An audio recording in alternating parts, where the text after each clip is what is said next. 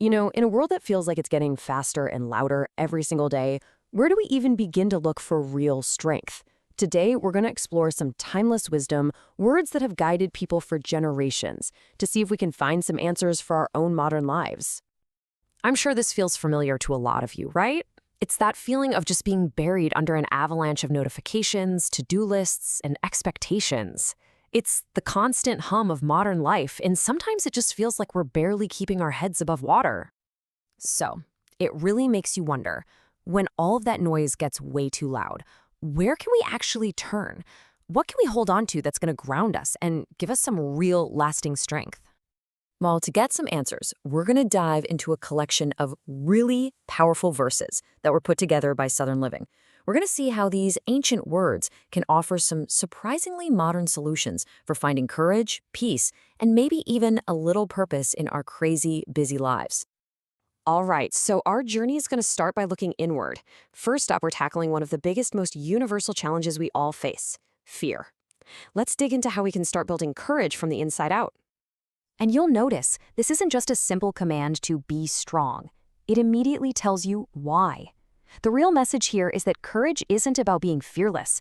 It's about knowing you're not going through your challenges all by yourself. And this next one, it builds on that same idea, but in such a cool way. It basically asks a rhetorical question. Look, if you've got a light to guide you and a fortress protecting you, what power does fear really have? It's a total shift in perspective. Now, here's where we see a really interesting shift. We go from just confronting fear to actually receiving support.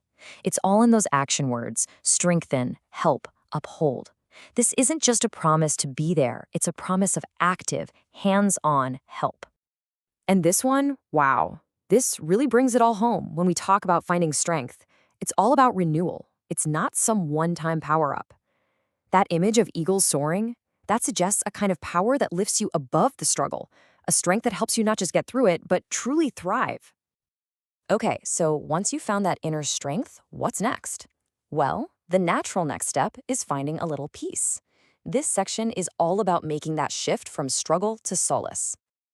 I mean, listen to how direct and simple this invitation is. It just flat out acknowledges that life is exhausting, that we're carrying around these heavy burdens. And the solution it offers isn't some complex 10-step plan. It's just rest. It's permission to finally set those burdens down. This just doubles down on that idea, but with an even more powerful image. Cast all your anxieties. Just think about that word, cast. It's not about gently letting go. It's an active, decisive, a throw.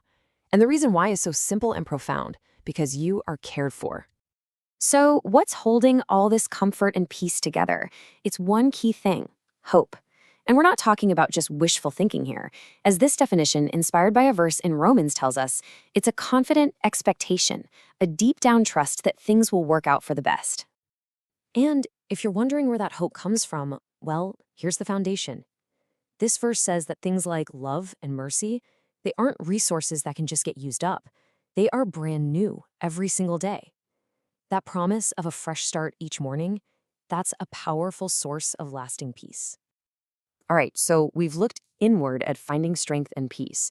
Now it's time to pivot and look outward because, let's be honest, a huge part of our resilience comes from our connections with other people. I mean, you can't get much more fundamental than this, right? This is the core principle of community, boiled down. Life is just plain better and safer when we're not trying to do it all alone. It's simple, practical wisdom. We're here to help each other up. And this takes that idea to the next level. It's not just about helping someone after they fall. It's about actively sharing the weight of their struggles while they're going through them. That points to a much deeper, more intentional kind of community, one that's built on shared responsibility. You know, what's really powerful here is the scale it's talking about. It's saying you don't need a huge crowd or a big movement. Even a tiny gathering, just 2 or 3 people, when they're united in purpose, has immense significance. Real community can start really, really small. So what's the big takeaway here? Connection isn't something that just happens. It's a series of intentional choices and actions. It's about choosing your company wisely, being there for people, opening your home, and just being deliberate about the communities you build around you. Okay, for our last section, we're going to bring everything together. Once we have strength and peace and community, How do we channel all of that into a life that feels meaningful? This is all about turning that inner peace into outward action. Now, this is probably one of the most famous verses out there, and for good reason. It speaks right to that deep human need for purpose. The idea that your life isn't just random, that there's a plan for hope and a future, that can be an incredible anchor. It gives meaning and direction to everything. And this shows us what a purposeful life actually looks like in action: generosity. And we're not just talking about money here. It's your time, your energy, your kindness. The verse describes this amazing virtuous cycle. The more you give, the more you seem to receive, which creates a life that just feels rich with meaning. Wow! We have covered so much ground today, from finding courage inside yourself, to building community, to living with a real sense of purpose. So, as we wrap up, the real question is for you. Which of these ideas, which of these words, really hit home for you right now? What's the one piece of this timeless wisdom that you're going to carry into the rest of your day?